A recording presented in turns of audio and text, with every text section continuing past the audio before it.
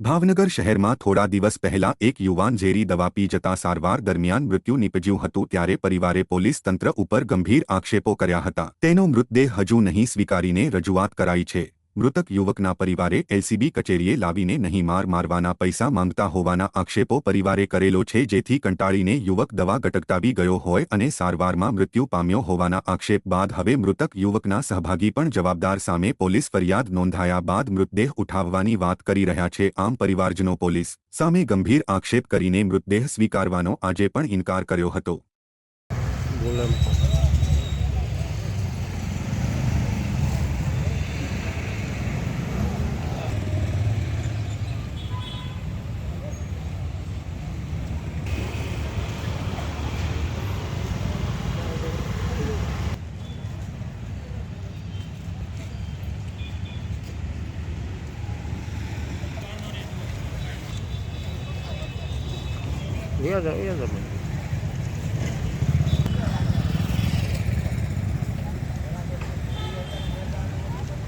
ભાવે સોલંકી અમારે દીકરો દવા પી ગયો છે। 5 દીઠા બોડી હોસ્પિટલમાં પડી છે। આ કોઈ કાર્યવાહી થઈ નથી પોલીસ દ્વારા। તમારી માંગણી શું છે? મારી માંગણી એ જ છે કે અનિલ છે ને એને સસ્પેન્ડ ઓર્ડર હોય બસ। અમારે એફઆઈઆર ફડાવવાની છે, પછી અમારે ડેડ બોડી લેવાની છે। અમે એ હાટું અહીંયા આવ્યા અને આજ 9મો દિવસ છે। મારું નામ ગોયલ અભય છે। હું કુશાલ ભરતભાઈ માળીનો મિત્ર છું।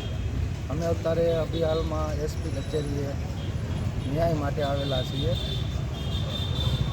તેની બોડી આજે 4થો દિવસ થઈ ગયો છે અને તેને હજી ન્યાય મળ્યો નથી।